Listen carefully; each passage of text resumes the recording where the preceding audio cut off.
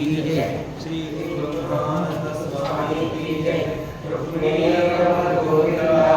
ब्रह्मानंदं परमसुखदं केवलं ज्ञानमूर्तिं योगातीतं गगनसदृशं तत्त्वमस्यादिलक्ष्यम् एकं नित्यं विमलमचलं सर्वदेहि साक्षिभूतं भावातीतं त्रिगुणरहितं सद्गुरुं नमामि। विनायकं गुरुनौमि सागरे नाम विश्रुतं देशान्तरसान्निध्यात् जीवा मुक्ता भवन्ति। सागरे वंशविख्यातं ज्ञानदानपरायणं विनायकं गुरुवन्दे भवमन्तविमुक्ते। नीलकण्ठं प्रतितमुनयनार्यलाभ्यास्यमार्यं ब्रह्मज्ञाने कृष्णं प्रवचनकृतं तत्त्वमहान्तं सिद्धं श्रीकृष्णवर्यं निरतसमुद्रं ज्ञानविस्तारकं च रात्रवन्द्यं प्रणौमि प्रविवर्तये सम्प्रदायं स्वसिद्धं श्रीज्ञानदेव बालकृष्ण भगवान की जय। आत्मौपम्येन सर्वत्र समं पश्यति योऽर्जुन सुखं वा यदि वा दुःखं स योगी परमो मतः। त्याचा अन्वय असा की हे अर्जुन, सर्वत्र आत्मौपम्येन सुखम वा यदि वा दुःखम समम पश्यति सः परमः योगी। त्याचा सरलार्थ असा आहे की हे अर्जुना, जो सर्व ठिकाणी सर्व भूतांमध्ये आपल्या उपमेने सुख किंवा दुःख समरूपाने पाहतो, तो परमयोगी किंवा श्रेष्ठ योगी मानलेला आहे, असा याचा सरला। यथामती आणि यथाकाल या श्लोकाचं चिंतन करण्याच्या पूर्वी आजच्या या सेवेचा आपण प्रवृत्तीनिमित्त जाणून घेऊ आणि मग निर्धारित समय सीमेमध्ये या श्लोकाचा आपण काहीसं चिंतन।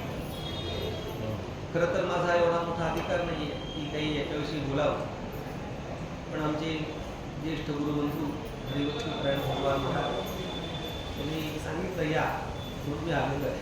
तुमच्यासमोर मी काही सांगावं एवढं काही मला येत, मी सामान्य अभ्यासक आहे, पण या ठिकाणी या पंढरी क्षेत्रामध्ये वारीला आपण दरवर्षी येतात आणि वारीला आल्यानंतर ज्याप्रमाणे चंद्रभागेचं स्नान हे महत्त्वाचं आहे, ज्याप्रमाणे विठ्ठलेशाचं दर्शन हे महत्त्वाचं आहे, त्याचप्रमाणे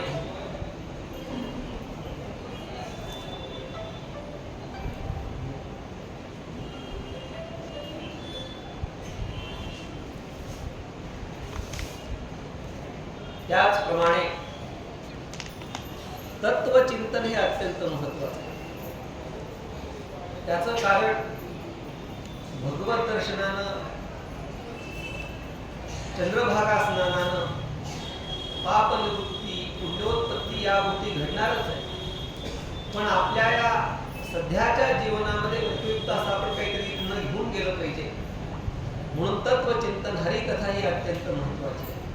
चंद्रभागे स्नान विधितो हरिकथा असं संतांनी सांगितलं आणि त्यानुसार त्या पंढरी क्षेत्रामध्ये आल्यानंतर काहीसं तत्वचिंतन घडावं, हरिकथा आपल्या कानी पडावी या दृष्टीने थोडंसं या श्लोकाच्या दृष्टीनं काहीसं चिंतन आपल्याला करायचं। योगी कोणाला म्हणावं याच्याविषयी शास्त्रामध्ये बराच विचार आहे, किंबहुना योगी शब्दाच्या अनेक व्याख्या सांगितलं। योग म्हणजे काय त्याच्याविषयी बराच विचार सांगितला। योग कशाला म्हणतात तर पतंजली मुनींच्या दृष्टीने विचार करायला गेलं तर योगा तू चित्तवृत्ती निरोधा, चित्तवृत्तीचा निरोध करणं म्हणजे बाहेर पडणाऱ्या मनाला आवरून शांत ठेवणं, याला योग असं म्हणतात। असं महर्षी पतंजलींच्या मतानुसार त्याचा विचार आहे. भगवद्गीतेमध्ये अनेक योग आहेत. कमीत कमी 18 योग आहेत. 18 अध्यायाचे 18 योग. त्या भिन्न भिन्न स्वरूपाने त्या ठिकाणी व्याख्या सांगितलेल्या आहे. भगवंतांनी सांगितलंय योग कर्मसु कौशलम.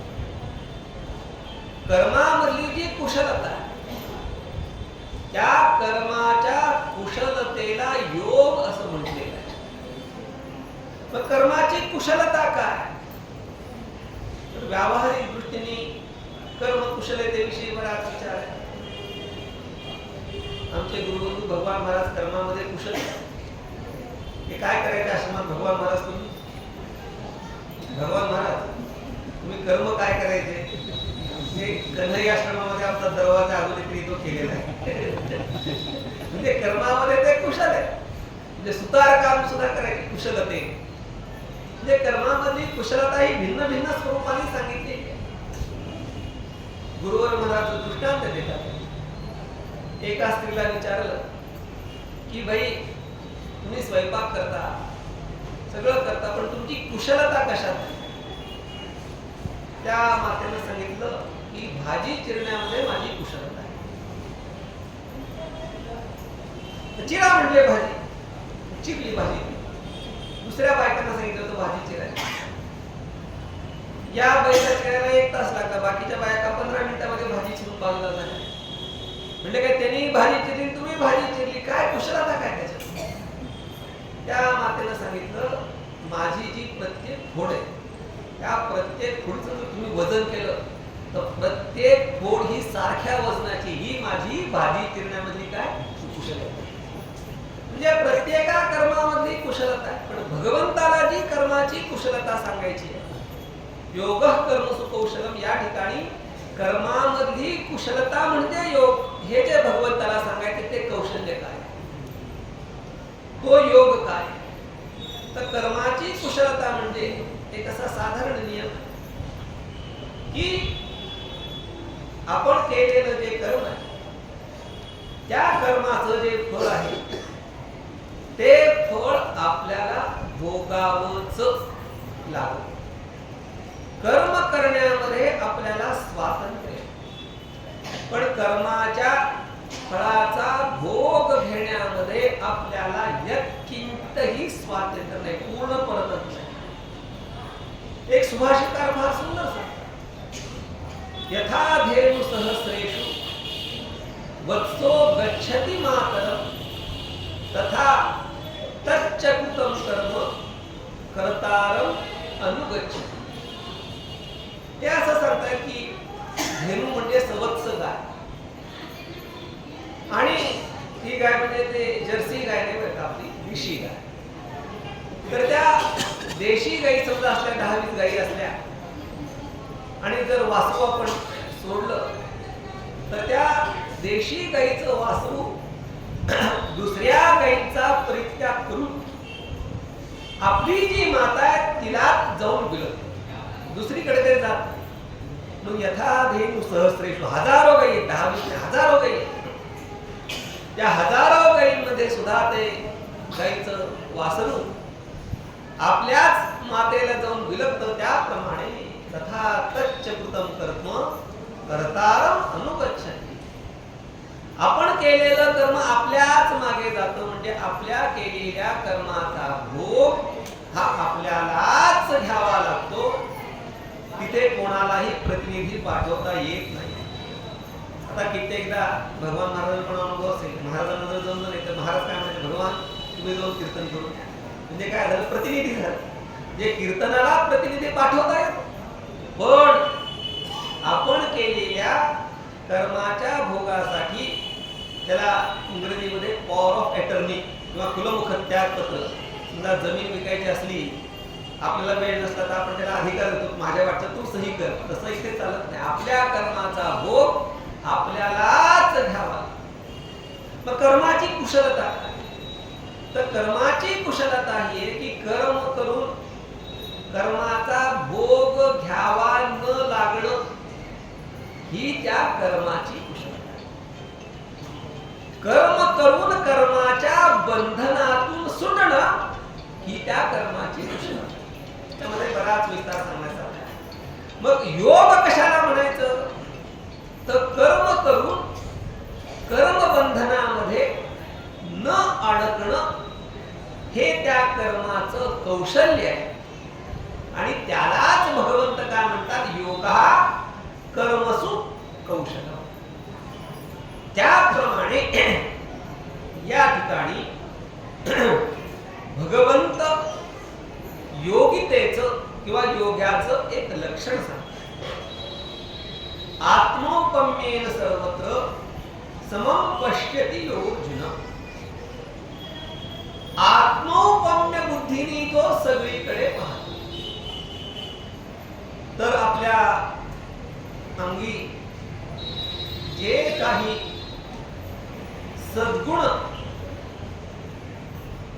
संपत्ती बाणवायला पाहिजे, त्या सद्गुण संपत्तीमध्ये आत्मौपम्य बुद्धी ही अत्यंत महत्वाची. आत्मौपम्य बुद्धीने जर माणूस जगामध्ये वर्तन करेल, आणि ही गंमत अशी आहे की मी एकट्याने आत्मौपम्य बुद्धीने वागून चालणार नाही, सगळ्यांनी आत्मौपम्य बुद्धीने वागलं पाहिजे. नाहीतर लोक लुटायला बसलेलंच आहे. आत्मौपम्य म्हणजे कसं आहे की परमार्थतः आत्मौपम्य बुद्धीने वागणं हे सर्वश्रेष्ठ आहे, वागलंच पाहिजे. पण व्यवहारामध्ये आत्मौपम्य बुद्धीने वागणं फार अवघड आहे. याचं कारण आपण जर आत्मौपम्य बुद्धीने वागलो तर त्याचा गैरफायदा घेणारे फार लोक. तुम्हाला सगळ्यांना अनुभव असेल. समजा आळंदीला कोणी आल्यानंतर पाऊस वगैरे काही असला, वारीचे दिवस असतात. वारीचे दिवस असल्यानंतर आपण काय म्हणतो, अरे हा भिजतोय, याला त्रास होतोय, याला राहायला जातोय, राहू द्या. म्हणून आपण तर एखाद्याला अशी राहायला जागा दिली. कशामुळे दिली? की आत्मोपम्य बुद्धीने. आणि त्याला जर आपण राहायला जागा दिली तर पुढच्या वर्षी पाऊस वगैरे काही नसतं, सगळं व्यवस्थित असतं. तो येतो म्हणतो मी गेल्या वर्षी इथे राहिलो, तुम्हाला लगेच अधिकार गाजवायला. म्हणजे व्यवहारामध्ये आत्मोपम्य बुद्धीने एका माणसाने वागून चालणार नाही, सगळ्यांनी आत्मोपम्य बुद्धीने वागणं. परमार्थतः आत्मोपम्य बुद्धीने वागणं हे योग्यच आहे, पण व्यवहारतः काही वेळेला त्या गोष्टी शक्य नसतात. मग आत्मोपम्य बुद्धीने वागणं म्हणजे तर आत्मोपम्य बुद्धीने वागणं म्हणजे आपल्या समोरच्या माणसाला आपली उपमा देऊन वागणं, याचं नाव आहे आत्मोपम्य बुद्धीने वागणं. आपली उपमा देणं म्हणजे काय? म्हणजे समोरच्या माणसाला आपल्या सारखं समजणं. म्हणजे काय? आपण जर एखादा प्रसंग आपल्या आयुष्यामध्ये आला, तो आलेला प्रसंग, त्या प्रसंगामुळे आपल्याला होणारं सुख किंवा आपल्याला होणारं दुःख, त्याचा आपण विचार करावा. आणि आपल्यावरती ह्या प्रसंग आल्यानंतर आपल्याला ज्याप्रमाणे सुख अथवा दुःख होतं, त्याचप्रमाणे या समोरच्या माणसालाही आपल्याला जसं सुख दुःख होतं, त्याचप्रमाणे याही माणसाला सुख दुःख होईल, या विचाराने त्याच्याशी वागणं, याचं नाव आहे आत्मोपम्य बुद्धी. समजा तुम्हाला बसायला तुम्ही गादी टाकली, मला मऊ वाटतंय, आता तुम्ही बसलाय खाली. तुम्ही काय विचार केला पाहिजे? अरे बाबा, आपल्याला गादीवर बसल्यानंतर जसं मऊ वाटतं तसं याही लोकांना आपण गादी टाकली पाहिजे, यांनाही बरं वाटलं पाहिजे. अशा प्रकारचा विचार करणं, याचं नाव आहे आत्मोपम्य. किंवा पावसामध्ये भिजल्यानंतर मलाही त्रास होतो, तसा हा समोरचा माणूस भिजतो, त्याला आपण आपल्या घरामध्ये छायेमध्ये घ्यावं, म्हणजे यालाही दुःख होणार नाही. म्हणजे आपल्याप्रमाणे सुख लोकांनाही व्हावं आणि आपल्याप्रमाणे दुःख लोकांनाही व्हावं, याचं नाव आहे आत्मोपम्य. गुरुदेव महाराज मला हे शिकवत होते. आणि गंमत काय की सेकंड थॉट मांडण्यामध्ये मला देवाने कुशलता दिली. माझी कुशलता कशात? Second thought. सेकंड थॉट म्हणजे काय की समोरच्या माणसाला गप्प बसतो, त्याचं नाव आहे सेकंड थॉट. कसाही विचार म्हणतो. गुरुवर्य महाराजांना मी विचारलं की ह्याने मला त्रास दिला, ह्याने त्रास दिल्यामुळे मला दुःख झालं, याप्रमाणे यालाही त्रास झाला पाहिजे आणि यालाही दुःख झालं पाहिजे, ह्याला आत्मकर्मी बुद्धी म्हणायचं का? तर ह्याचं नाव आत्मकर्मी बुद्धी. आपल्याला दुःख झालंय त्याप्रमाणे त्याला दुःख होऊ नये, आपल्याला सुख झालंय त्याप्रमाणे त्याला सुख व्हावं, याचं नाव आत्मकर्मी बुद्धी. आपल्याप्रमाणे याला त्रास सोसायला लागला पाहिजे, ह्याचं नाव आत्मकर्मी बुद्धी नाहीये. पण जगामध्ये प्रवृत्ती अशी आहे की आपल्याला जसा त्रास झाला तसा प्रत्येकाला त्रास झाला पाहिजे, अशी जगामध्ये लोकांची बुद्धी. ह्याचं नाव आत्मकर्मी बुद्धी. गुरुवर्य महाराज एक गोष्ट सांगतात, दृष्टांत सांगतात. मी म्हणजे माझ्या बुद्धीने फारसे दृष्टांत सांगितले, जे परंपरेने आलेले दृष्टांत आहेत ते सांगण्यामध्ये वैभव आहे. कारण की परंपरेने आलेल्या दृष्टांतामध्ये कोणत्याही प्रकारची न्यूनता नसते, त्याच्यामध्ये अव्याप्ती नसते, अतिव्याप्ती नसते, असंभव नसते. एकदा काय होतं की लहान मुलं असतात, त्या लहान मुलांना त्यांचे गुरुजी ठरवतात की सहलीला घेऊन ट्रिपला. आता सारखं ट्रिप होती शाळा, आता काय ट्रिप म्हणजे आता कालच एक मुलगा भेटला, म्हटलं तुझी ट्रिप पण म्हणा अमेरिकेला चालली ट्रिप, 2.5 लाख रुपये. पूर्वी अशी अवस्था नव्हती, कुठे न्यायचं म्हटलं गावाच्या बाहेर एखादं मंदिर, त्या मंदिरात घेऊन जायचं सहली कर. ती मुलांची सहल न्यायची ठरवली. नंतर गावाच्या बाहेर गणपतीचं मंदिर आणि त्या गणपतीच्या मंदिरामध्ये गेल्यानंतर गणपतीचा आकार कसा ढेरपोट, मोठीच्या मोठी ढेरी. आणि विचार करा, जेवढी मोठी ढेरी त्याच्या मानाने त्याची बेंबी. गेले पोरं दर्शनाला, पहिलं गेल्या गेल्या ते एकाने डोकं ठेवलं आणि डोकं खाली त्याच्याकडे ठेवून त्याच्या बेंबीत गोड आणि बेंबीत बोट घातल्यानंतर मागच्या मुलाला विचारलं काय बेंबीत कशाला बोट घातलं? म्हणला बेंबीत बोट घातलं की गार लागतं. मागच्याने परत दर्शन घेतलं, बोट घातलं. त्याच्या मागच्याने त्याला विचारलं काय कसं काय?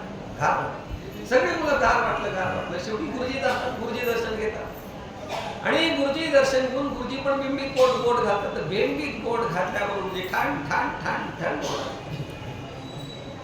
विचारलं कोणाला गार वाटलं? म्हणजे आम्हाला कोणालाच गार वाटलं. त्या गणपतीच्या बेंबीत बसला होता विंचू. बोट घातलं की बरोबर डंख करायचं.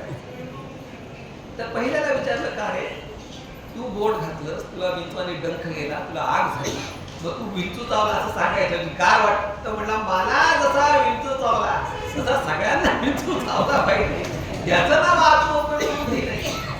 मला जसं सुख झालं तसं इतरांनाही सुख व्हावं, मला जसं दुःख झालं तसं इतरांनाही दुःख होऊ नये, अशा प्रकारची बुद्धी, याचं नाव आहे आत्मोपम्य. मग जो खरा आत्मोपम्य बुद्धी संपन्न असतो आणि तो कसा आहे, समम पश्यति चोर्जुन, हे अर्जुना तो सगळीकडे समान दृष्टीने पाहतो. आपल्याला नाही कशात दया करणे जे पुत्रासी त्याची दासा आणि दासी. म्हणजे आपण आपल्या मुलावरती जी दया दाखवतो तीच दास दासींवरती दया करणं हे आपल्याला शक्य नाही. नुसतं अभंग म्हणण्यापुरतं तेवढं गोड आहे, पण वस्तुस्थितीने जर आपण तसा विचार करायला गेलो तर तसं घडतं. किंबहुना गुरुवर्य महाराज नेहमी सांगतात, आपण आपल्याकडे बघताना वकिलाच्या दृष्टीने पाहतो आणि लोकांकडे बघताना न्यायाधीशाच्या दृष्टीने पाहतो. वकिलाची दृष्टी काय असते? जो अपराधी असतो त्या अपराध्याला अपराधामुळे होणाऱ्या शिक्षेतून कशी सूट मिळेल ही दृष्टी कोणाची आहे? आणि न्यायाधीशाची दृष्टी काय की अपराध केला म्हणजे त्याला शिक्षा मिळालीच पाहिजे, हा न्यायाधीशाचा दृष्टी. आपण जेव्हा चुका करतो सगळ्या तेव्हा आपल्या सगळ्या चुका माफ, आणि लोकांनी यत्किंचितही चूक केली तर त्या चुकीची त्याला शिक्षा देते. ही आत्मोपम्य बुद्धी नाही. सगळ्यांकडे समबुद्धीने पाहतो. त्या समत्वम योग उच्यते असे ही योगाची व्याख्या सांगितली. जसं योग कर्मसु कौशलम ही जशी योगाची व्याख्या, तेव्हा समत्वम योगम उच्यते.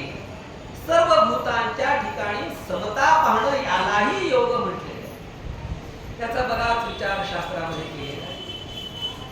त्याच्याविषयी भगवान सांगतात, विद्या विनय संपन्ने ब्राह्मणे गविहस्तिनी शुनिचैव श्वपाकेच पंडितः समदर्शिता.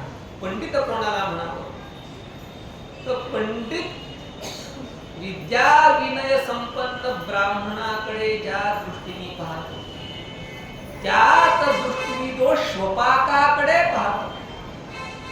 त्याचं नाव आहे पंडित आणि त्याची दृष्टी ही समदृष्टी. श्वपाक शब्दाचा शास्त्रामध्ये बराच विचार सांगितला. श्व म्हणजे पुत्र आणि पाक म्हणजे जो कुत्र्याचं मांस भक्षण करतो त्याचं नाव आहे श्वपाक. त्याच्यामध्ये जास्त आपल्याला विस्तार बघायचा नाही, पण हिनातिहीन ज्याच्या खाली आता कोणीही नाही त्याचं नाव आहे श्वपाक. ब्राह्मण कसा आहे, विद्या संपन्नही आहे आणि विनय संपन्नही आहे. विद्या संपन्न भरपूर लोक असतात, पण विद्येचा एक महिमा आहे. विद्या जशी जशी जशी जशी मिळते, विद्या जशी जशी जशी प्राप्त व्हायला लागते, तसा तसा माणूस जमिनीच्या वर वर वर चालायला पाय टेकून चालत नाही. म्हणून विद्येचं एक महात्म्य काय की विद्येबरोबर ग ची बाधा प्रत्येकाला होत जाते. ग ची बाधा म्हणजे अल्पविद्या परी गर्व शिरो. म्हणून विद्या आणि विनयता ही एका ठिकाणी सहसा सापडते. विद्या आली की ताठा आलाच, ताठा नाही आणि विद्या आहे फार कठीण. आणि विनय संपन्न कोण असतो, तो मूर्ख असतो, तो विनय संपन्न असतो. मूर्ख म्हणजे ज्याला स्वतःची मूर्खता समजली आहे तो. मूर्खाला पण असं वाटतं मी शहाणा आहे, म्हणून ज्या मूर्खाला मी शहाणा वाटतं तो विनय संपन्न कधीच नाही. ज्या मूर्खाला स्वतःच्या मूर्खपणाची जाणीव आहे तो मूर्ख.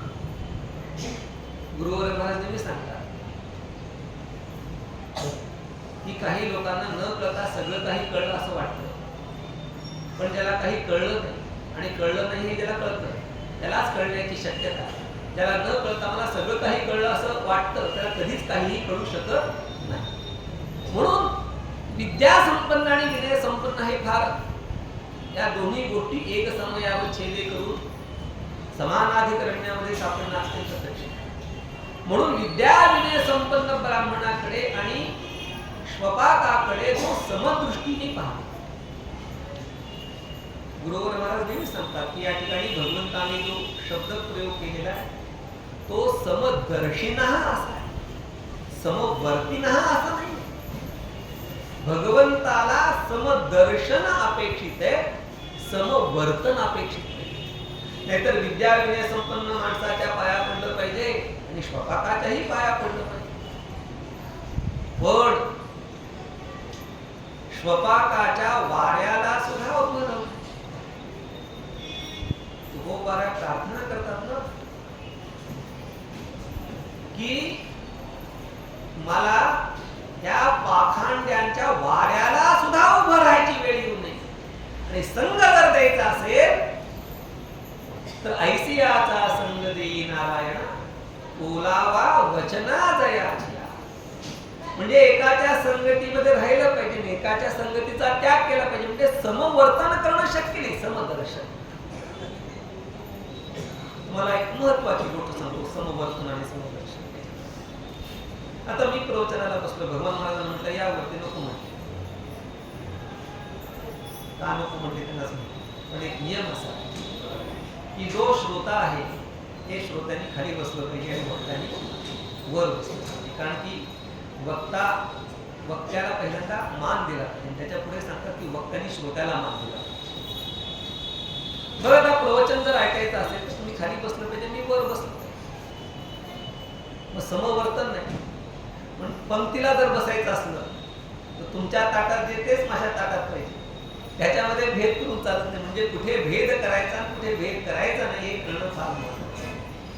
म्हणून जो सगळ्यांच्या ठिकाणी समदर्शन करतो म्हणजे सर्वांमध्ये चैतन्य हे अनुस्यूत व्याप्त आहे अशा प्रकारची दृष्टी ज्याला प्राप्त आहे समत्वम योगम उच्यते, त्याचं नाव समत्व. म्हणून भगवान सांगतात आत्मोपम्येन सर्वत्र समं पश्यति अर्जुन.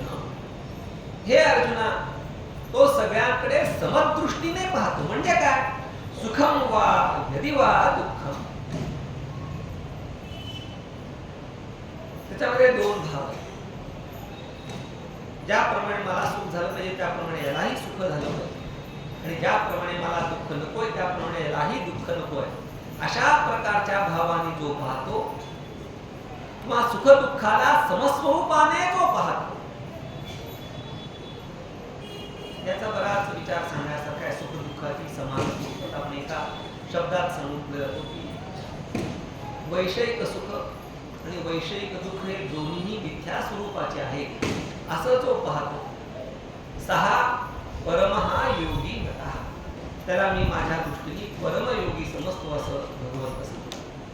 मौलिक ज्ञानोबा आहे काय याविषयी म्हणतात त्याचा आपण थोडक्यामध्ये म्हणून असो ते विशेष आपण ते या सारिखे जो चराचर देखे अखंडित.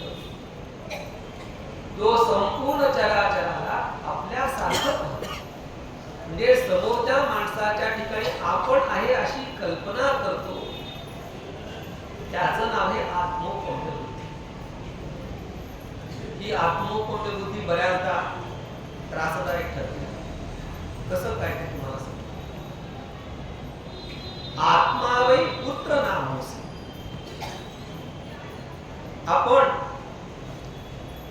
आपल्या मुलाला आपण समजतो म्हणजे काय? तर आपण आपल्या मुलाविषयी ज्या वेळेला विचार करतो तेव्हा विचार करत असताना तो मुलगा म्हणजे आपणच आहोत अशा दृष्टीने आपण विचार करतो. आता तुम्ही स्वतःशी विचार करा. ज्यांना मुलं आहेत ते तुमच्या मनामध्ये लहानपणी काहीतरी इच्छा असेल की बाबा मी डॉक्टर व्हावं, इंजिनियर व्हावं, वकील व्हावं किंवा संपन्न व्हावं, विमानात बसावं, परदेशात जावं, बऱ्याच इच्छा.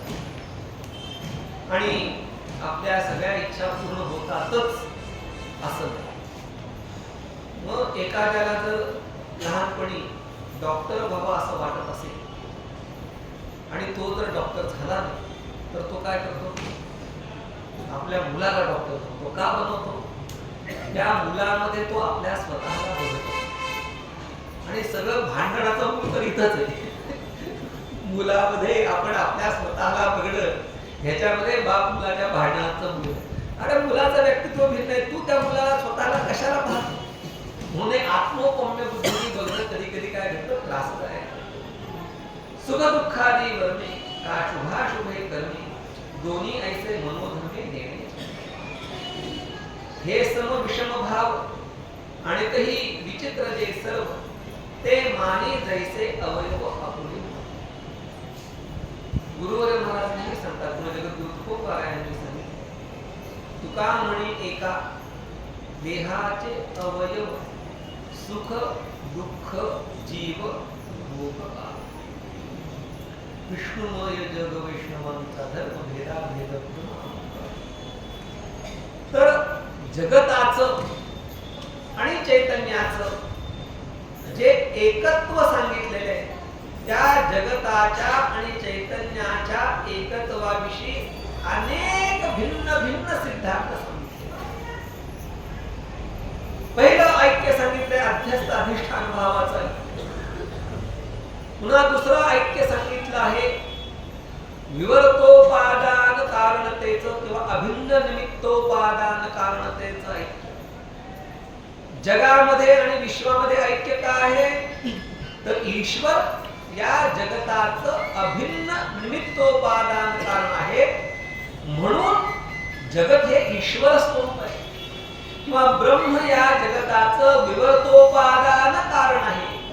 म्हणून जग हे ब्रह्मस्वरूप आहे. आणि पुढे जाऊन सांगताय की त्या चैतन्याचं ईश्वराचं ऐक्य जगताशी कसं आहे तर अवयव अवयवी भावाचं ऐक्य. म्हणजे काय, आपल्या पायाला जर काटा टोचला तर पार मस्तकापर्यंत काटा बोचल्याची म्हणजे काटा टोचल्याची वेदना कुठपर्यंत जाते, मस्तकापर्यंत जाते. त्याप्रमाणे कोण्याही जीवाचा न घडो मचळ, कोणत्याही जीवाला जर मी त्रास दिला तर तो त्रास कुठे जाणार आहे, भगवंताला तो त्रास होणार आहे, अशा प्रकारची भावना. म्हणून हे जे सर्व प्राणी हे माझे अवयव आहेत, मी त्यांचा अवयवी आहे, अशा स्वरूपाची त्याची आत्मोपन्न बुद्धी असते. हे एकैक काय सांगावे तुझ्या त्रैलोक्याची आठवे, मी ऐसे स्वभावे बोला. हे विश्वची माझे घर, ऐसी मती दयाची स्थिर. ठीक आहे, पुढे महत्वाचं आहे, किंबहुना चराचर आपण पैदा. हे विश्व विश्व मी नसून, हे विश्व विश्व विश्व नसून, हे विश्व म्हणजे मी आहे, अशा स्वरूपाची त्याचे एकैक काय सांगावे जया त्रैलोक्याची आघवे मी ऐसे स्वभावे बोधावे. त्याचा निश्चय काय की जगामध्ये कोणालाही त्रास झाला तर तो त्रास मलाच आहे. तयाही देह एकुकी राहती, लौकिकी सुखदुःखे तया ते म्हणती, परी आम्हा ते ऐसी प्रतीती परब्रह्मची हा. आणि असा जो कोणी आहे तो आमच्या दृष्टीने परब्रह्म आहे. म्हणून आपण पा विश्व देखीजे आणि आपण विश्व होईजे, ऐसे साम्यची एक उपासीजे पांडवाला. हे अर्जुना, जो विश्वाला आपल्या स्वरूपाने पाहतो तो ब्रह्मवेत्ता आहे. हे तू ते बहुती प्रसंगी आम्ही म्हणू याची लागी, जे साम्या परोती जगी प्राप्ती नाही. असा समत्वाचा भाव प्राप्त होणं हे या जगतामध्ये अत्यंत महत्वाचं आहे. लाभ नाही या करता अशी समत्व बुद्धी निर्माण होणं हे अत्यंत महत्वाचं आहे. आणि ही समत्वाची बुद्धी म्हणजे हे विश्वची माझे घर ऐसी दयाची स्थिर, किंबहुना चराचर आपण चालला. ही अवस्था प्राप्त होण्याकरता किंवा शास्त्रीय परिभाषेमध्ये जर विचार सांगायचा झाला तर उपनिषदांनी केलेला जो उपदेश सर्वम खल्विदम ब्रह्म, अशा बोधप्राप्तीकडे जाणं हे मानवी जीवनाचं अंतिम साध्य आहे. आणि ते साध्य प्राप्त होण्याकरता आदो ब्रह्मास्मि अनुभवोदिते खल्विदम ब्रह्म पश्चात अहम ब्रह्मास्मित्याकारक बोध व्हावा. आणि त्या अहम ब्रह्मास्मित्याकारक बोधाची परिणती सरते शेवटी सर्वम खल्विदम ब्रह्म या बोधामध्ये व्हावी. आणि सर्वम खल्विदम ब्रह्म अशा प्रकारचा बोध ज्याला प्राप्त होतो त्याचंच नाव काय, परमयोगी असं त्याचं नाव आहे. आणि हा परमयोगिता आपल्याला सगळ्यांना प्राप्त व्हावी अशी त्या रुक्मिणी प्राण संजीवन बाप श्री विठ्ठलेशाच्या चरणी प्रार्थना करतो. मी सुरुवातीला सांगितलं की माझा काही जास्त सांगण्याचा अधिकार नाही, पण तीर्थरूप गुरुवर महाराजांकडे जे काही मी श्रवण केलं त्यांच्याकडे ज्ञानाचा सागर आहे, पण आपला चंबू लहान आहे. आणि माझ्या चंबूमध्ये एवढं काही आलं. आणि माझं परमभाग्य असं की श्रवणाची वाट चोखाळली शुद्ध. ही श्रवणाची वाट मला चोखाळायला मिळाली, ती शुद्ध वाट मिळाली. म्हणजे मी कोणाकडेही श्रवण केलं नाही, कारण गुरुवरे महाराजांचा नियमच आहे की जेव्हा गुरुवरे महाराजांकडे तुम्ही श्रवण करत असता तुम्ही तो बाहेर श्रवण करायचं नाही. श्रवण हे एकनिष्ठतेने घडलं पाहिजे. म्हणून ते सगळं श्रवण जे आतापर्यंत झालं ते गुरुवरे महाराजांच्याकडेच झालं, बाहेर कोणाकडे काहीही श्रवण झालं नाही या वेदांत शास्त्राचं. आणि आता अशी अवस्था की कोणाकडे काही श्रवण करावशी इच्छाच राहिली नाही. त्यामुळे श्रवणाची वाट चोखाळली शुद्ध. त्या शुद्ध श्रवणाच्या वाटेला चोखाळ असल्यामुळे त्यांच्याकडनं माझ्याकडे जे काही आलं आणि त्यातनं जे काही अभिव्यक्त करता आलं, जे काही सांगता आलं, ते अनुवाद रूपानं मी आपल्या समोर मांडले. आपण सर्व ज्ञाते निरक्षीर विवेक संपूर्ण श्रोते आहात. जे योग्य आहे, शास्त्र संवादी सुष्ठू आहे, त्याचा आपण सगळ्यांनी स्वीकार करावा. जे असुष्ठू ते माझ्यापाशी राहून जावं. एवढं सांगून झालेली सेवा तीर्थरूप गुरुवर महाराजांच्या चरणी, तीर्थरूप सौभाग्य आई साहेबांच्या चरणी समर्पित करून माझ्या या वाक्पुष्पाला या ठिकाणी विराम. कुंडली कवरदा श्री ज्ञानदेव तुकाराम.